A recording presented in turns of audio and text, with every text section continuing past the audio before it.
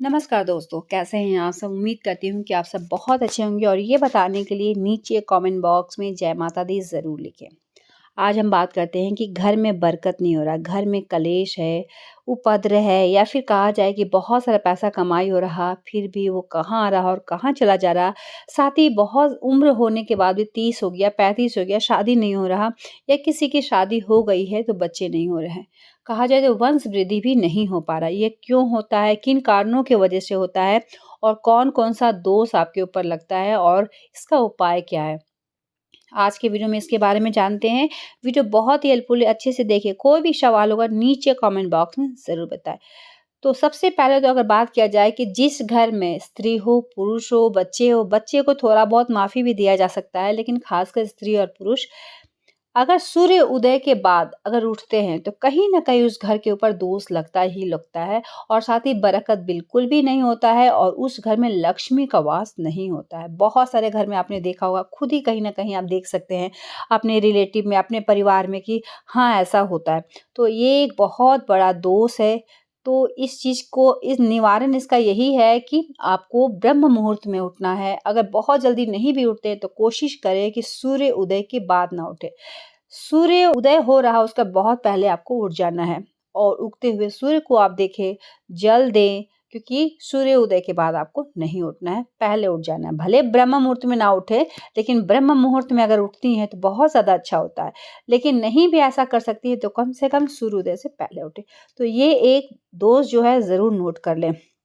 दूसरा जो होता है कि मंगलवार के दिन किसी से भी कभी भी कर्ज ना लें। अगर किसी से मंगलवार के दिन अगर आप कर्ज लेती हैं, वो कर्ज आपको उतारने में बहुत परेशानी होता है और साथ ही ऋण, रोग और शत्रु ये आपके पास हमेशा खड़ा रहेगा।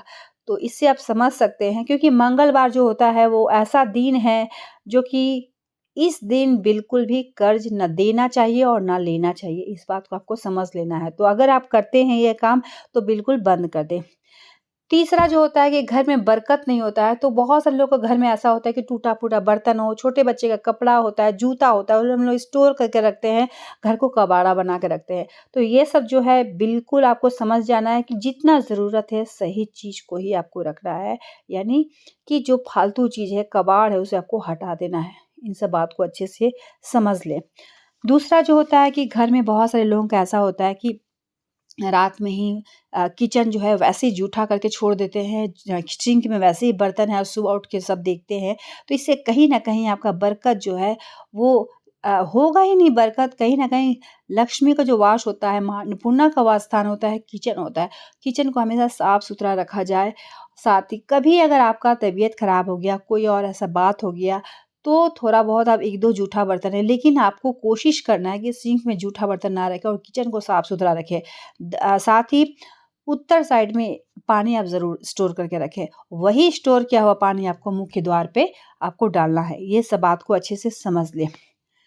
एक बात और यहाँ मैं बता दूँ कि जब भी आप रोटी बनाती हों, तो गाय का और कुत्ता का रोटी आप ज़रूर से ज़रूर नाम से ज़रूर बनाएँ। भले आप कुत्ता को दे ना दें, गाय को दे ना दें, लेकिन उसके नाम से बनाएँ और उसे उठा के आप कहीं भी पक्षी को या फिर बाहर छप्पर पे आप डाल दें। लेकिन नाम से आपको ज़रूर बनाना है।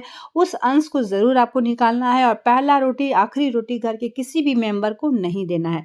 ध्यान से समझ लें। और सबसे इम्पोर्टेंट चीज़ और सबसे अगर कहा जाए कि हर घर में बहुत सारे घरों में ऐसा होता है कि कमाई आ रहा, बरकत नहीं हो रहा, शादी का योग बनते-बनते भी शादी नहीं हो पा रहा या फिर कई साल हो गया है रिपोर्ट बिल्कुल पॉजिटिव है लेकिन फिर भी कोई माँ नहीं बन पा रहा है, यानी बच्चा नहीं हो पा रहा है। ये कहीं न कहीं देखा जाए कि पितरों के दोष की वज़ह से ऐसा होता है। अगर पितृ दोष आपके घर में है, तो कुछ भी सही नहीं हो सकता है, चाहे वो धन को लेकर हो, जन को लेकर हो या मन को लेकर हो। यानी मानसिक रूप से भी आपको कहीं न कहीं चिड़चिड़ापन रहेगा, घर में कलेश होगा, दरिद्रता बना रहेगा, घर में कहा जाए तो अलक्ष्मी का वास होगा। ये नोट कर लें, बहुत ज़्यादा इम्पोर्टेंट है। जितने भी पॉइंट मैं बताई हूँ सब ज़्यादा इम्पोर्टेंट है, लेकिन सबसे ज़्यादा अगर महत्वपूर्ण देखा जाए तो घर में अगर पितृ दोष है, तो घर जो होता है वो सर्वनाश की तरफ ही जाता है, ये समझ लें। जो हर महीने के अमावस्या का जो समय होता है, उस समय भी दान, तर्पण, स्नान आप कर सकते हैं पंडित को बुलवा के, क्योंकि बहुत सारे लोग ऐसे हैं कि जिनके घर में ज़्यादा सब रहता है कि जो पितृ होते हैं वो कहीं न कहीं आपसे नाखुश रहते हैं और जिसके वजह से वंश वृद्धि जो होता है वो नहीं हो पाता है, वंश वृद्धि में रुकावट पैदा होता है और जिस कारण शादी, विवाह, बच्चा हर एक चीज़ में रोक लगा रहता है कि कहीं न कहीं आपका पितृ जो है आपसे नाराज़ है, नाखुश है, रो रहा है, जिसकी वजह से कहा जाता है कि पितरों की तृप्ति के लिए आपको पितरों को तर्पण करना बहुत ज़्यादा ज़रूरी है। तर्पण का एक समय होता है, उस समय भी अगर अच्छे से आप करें पितृ पक्ष के दौरान, तो भी आपके पितृ जो है बहुत सुखी संपन्न है, क्योंकि पितृ अगर का सही रहेंगे, कहा जाता है कि देवता के साथ पितरों को जोड़ा जाता है। देवता को तो हम लोग बहुत सारे ऐसा पूजा पाठ करके खुश करने की कोशिश करते हैं, लेकिन पितृ जब नाराज़ होंगे तो भी आप रोड पर आ जाइएगा। ये बात को अच्छे से समझ लें, नोट कर लें। तो छोटी-छोटी बातें हैं जो कि जानना आपको बहुत ज़्यादा ज़रूरी है। तो पितृ दोष अगर लगा है तो अमावस्या के दिन एक तो आपको पीपल पेड़ में आपको पानी डालना है और शाम को शनिवार के दिन आपको करना क्या है, पीपल पेड़ के नीचे आपको एक सरसों तेल का दीपक जलाना है। ये सब बातें जैसे समझ लें। अमावस्या के दिन आपको थोड़ा-सा पितरों के नाम का तर्पण करना है और स्नान ज़रूर करें, दान ज़रूर करें। इन सब बातों को ध्यान रखें। स्नान, दान और तर्पण इसका बहुत ज़्यादा मान्यता है पितरों के लिए। इन सब बातों को ध्यान रखें। साथ ही घर में बरकत के लिए अमावस्या और पूर्णिमा के दिन अपने घर के मुख्य द्वार पे एक स्वास्तिक बनाएं। स्वास्तिक चाहे रोली का हो सकता है, चंदन का हो सकता है या फिर हल्दी का हो सकता है। तो लक्ष्मी का वास होता है, माँ लक्ष्मी का आगमन होता है। स्वास्तिक ज़रूर से ज़रूर बनाएं। इससे बहुत ज़्यादा हेल्प करेगा आपका जो बरकत लाने में, घर की सुख समृद्धि के लिए और कहीं न कहीं आपके घर में लक्ष्मी का आगमन होगा। इन सब चीज़ों को ध्यान रखें। शाम के समय मुख्य द्वार पे एक घी का दीपक ज़रूर से ज़रूर जलाएँ। ये जितने भी पॉइंट है बरकत के लिए, घर में सुख समृद्धि के लिए, घर में लक्ष्मी का आगमन हो, घर में वास हो लक्ष्मी का और कुलक्ष्मी का, दरिद्रता का नाश हो, तो आप ऐसा ज़रूर करें। उम्मीद करती हूँ ये सारा पॉइंट को आप कीजिएगा और ज़रूर से ज़रूर कहा जाए तो आपके लिए ये बहुत ही सुखद रहेगा। तो वीडियो अच्छा लगे तो लाइक और चैनल को सब्सक्राइब भी ज़रूर करें। मिलते हैं एक नए वीडियो के साथ। तब तक के लिए हँसते रहिए, मुस्कुराते रहिए और कोई भी सवाल होगा नीचे कमेंट बॉक्स में ज़रूर बताएँ। धन्यवाद।